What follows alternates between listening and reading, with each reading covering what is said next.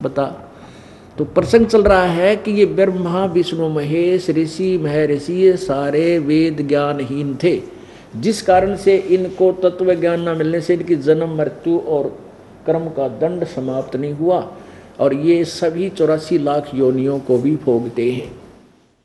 अब उसमें श्री कृष्ण जी को परमात्मा ने प्रेरित करके सच्चाई बोलने के लिए विवश किया। श्री कृष्ण जी ने कहा कि वो वास्तव में एक परम भक्ति युक्त सुदर्शन नामक सुपच्छ है, वो वाल्मीकि जाति में जन्मा है, वो तत्शास्त्र अनुकूल साधक है। और उसमें क्या था कि कबीर परमेश्वर पूर्ण ब्रह्म परम अक्षर परमात्मा द्वापर युग में करुणा में नाम से आए हुए थे, एक लीला कर रहे थे। जैसे सत्य कलयुग में कबीर नाम से आकर के 120 वर्ष रहे, ऐसे ही करुणा में नाम से परमात्मा प्रगट होकर के सहस्री राय थे, बालक रूप धार के, फिर बच्चे से बड़े हुए, धीरे धीरे फिर वो ऐसे। और परमात्मा उस समय वाल्मीकि एक भक्त भिक्षु था, उस वाल्मीकि के द्वारा उनका जैसे कलयुग में एक जुलाहे के द्वारा परवरिश होने का बहाना हुआ, उस समय एक वाल्मीकि के द्वारा हुआ। तो वाल्मीकि कहा करते थे परमात्मा को, वाल्मीकि करुणा में वाल्मीकि। तो उसी जाति में उन्हीं के आसपास एक उनका मित्र था सुदर्शन, उनका भक्त हो गया था, वो सत्य साधना किया करते थे। उसको भी सुदर्शन जी को भी वहाँ सतलोक का दर्शन कराया था, फिर वापस छोड़ दिया था। तो वो सुदर्शन अपनी सत्य भक्ति करता था। तो भीम से कहा कृष्ण जी ने कि क्या तू उनको बुलाने नहीं गया महापुरुष को? भीम ने कहा मैं गया तो था, पर वो कुबोला आदमी है, गलत बोलिया मेरे थे। श्री कृष्ण जी बोले क्या कहा उस सुदर्शन जी ने, तुम्हारी वार्ता क्या हुई? भीम ने जाके सुदर्शन जी से कहा कि महात्मा जी मैं राजा युधिष्ठिर का भीम भाई हूँ, भीमसेन मेरा नाम है, हम एक यज्ञ कर रहे हैं, आप वहाँ आइएगा, आप आमंत्रित हैं।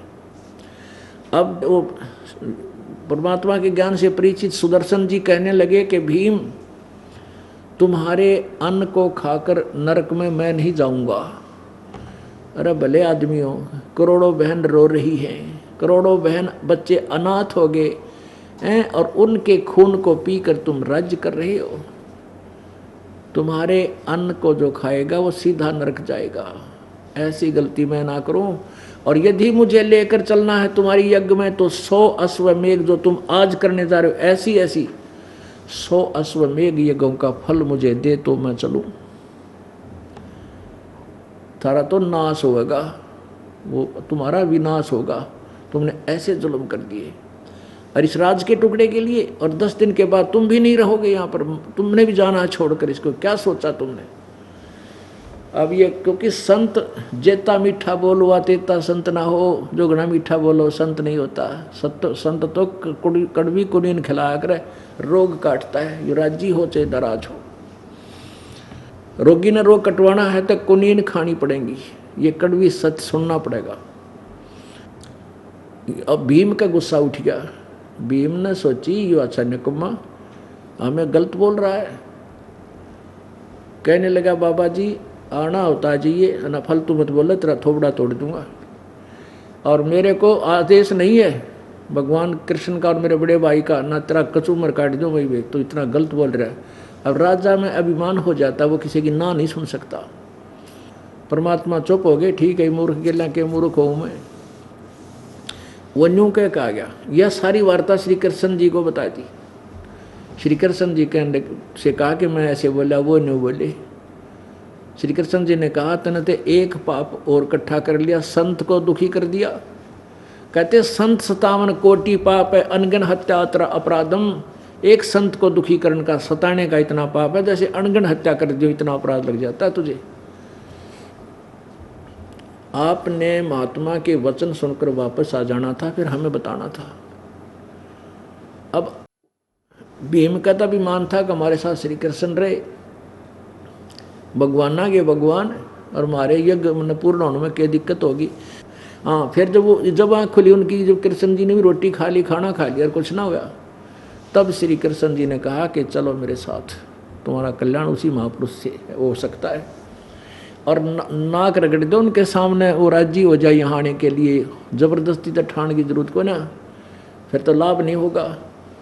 नाक रगड़ो चलकर, उसके क्षमा याचना कर अपने बोले हुए वचनों से, वो प्रसन्न होकर आवेंगे तो बात बनेगी। अब उधर से सुदर्शन जी ने करुणामय जी अपने गुरुदेव से कहा कि गुरुदेव, पांडवों ने कोई यज्ञ किया है और वो मुझे बुलाने आए थे और मैंने उनको खरी खरी सुना दी। तो परमात्मा बोले भाई उनका यज्ञ पूर्ण ना हुआ है। कबीर जी बोले, यानी करुणामय जी कहने लगे, उनका यज्ञ पूर्ण को नहीं हुआ है और वह फिर आओगे तेरे आगे नाक रगड़ दें, वह फिर आओगे भाई, इसी बात ना है। अब तो वो रेफड़ का चला गया भीम, वो फिर आओगा, पर माफ़ कर दिए, माफ़ कर दिए भाई। संता की संत तो माफ़ करते हैं।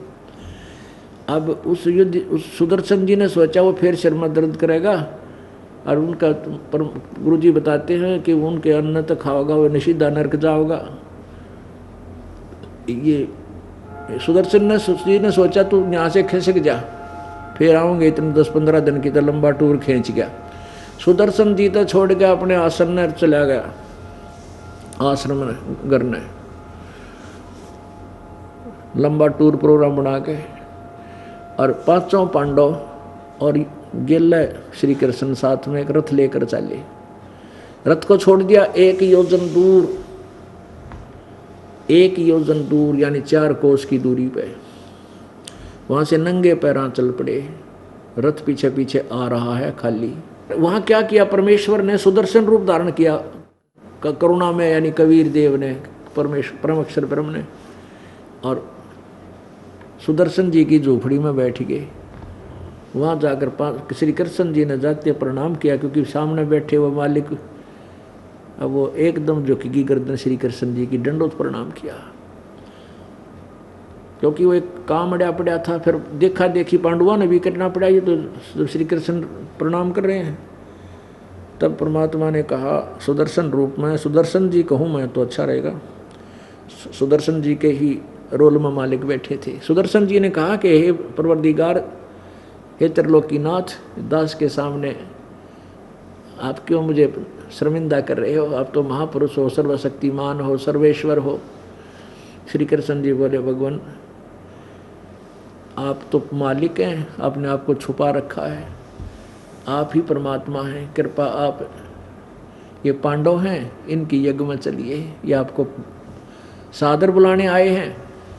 तो परमात्मा ने उस परमात्मा रूप में सुदर्शन जी ने कहा कि मैंने इस भगत से एक प्रश्न रखा था, वो शर्त मेरी पूरी करो। एक शर्त रखी थी तो मैं चलूँगा, नहीं तो मैं नहीं चलूँ। अब भीम ने कहा, भीम समझ गया क्या शर्त थी। श्री कृष्ण जी ने बोला, प्रभु आपकी क्या शर्त थी कि 100 अश्वमेघ यज्ञ का फल तुम्हें दिया जाए पांडवों की तरफ से। तो परमेश्वर आप ही की वाणी है सूक्ष्म वेद में, संत मिलन को चालिए तजमाया अभिमान, और जो यज्ञ कदम आगे रखे ओ हे यज्ञ समान।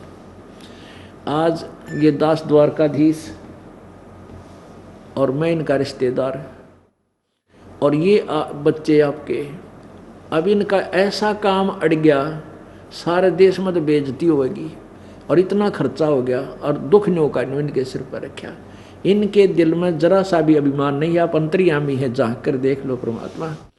और ऐसे अति अधीन होकर के जो आपके दरबार की तरफ प्रस्थान करता है, एक कदम का आप कहते हो 100 यज्ञ का फल मिलता है। अब 4 योजन तक हम नंगे पैरों पैदल आए हैं, और जहाँ से हम चले वो रथ से, वहीं से आप काउंट कर लो परमात्मा कितने कदम बने हैं। आपने 100 यज्ञ आप रख लो, से समय दे दो, आप हमारा उद्धार हो, हमारे पास रहे। तो कहते हैं साधु भूखा भाव का, धन का भूखा ना। और जय कोई धन का भूखा हो, वह संत भी नहीं, वो साधु नहीं। इस बात को सुन के भगवान प्रसन्न हुए और श्री कृष्ण जी के साथ चलने को तैयार हो गए उनके साथ। तब जब पहले भीम आया था ना, वो एक तालाब में स्नान करके आया था, और उस तालाब में जब उसने स्नान किया, कहते हैं उसके पैर भी ना टिके थे। और वो क्या था, कुंभकर्ण की खोपड़ी थी। ये शरीर के सिर के ऊपर ना एक कैप्सी लगा रखी है भगवान ने, न्यारी उतर जाए या कति। वो खोपड़ी बोल रहे खप्पर का है इसको। तो परमात्मा ने कहा, कबीर रूप में, सुदर्शन रूप में परमेश्वर ने कहा कि भाई भीमसेन, या मेरी सुमरनी तार के दिए, माला टंग रही थी खुट्टी पे, ले चल तुम्हारे साथ चलूंगा। अब भीम उस माला ने तारण गया, हाथी मोटे मणिया की थी, लेकिन माला इतनी ताकतवर नहीं होती कि ना उठे भीम कैसे योद्धा था जिसने हाथी फेंक दिया आसमान में। लेकिन उनकी शक्ति और अपनी शक्ति का समर्थन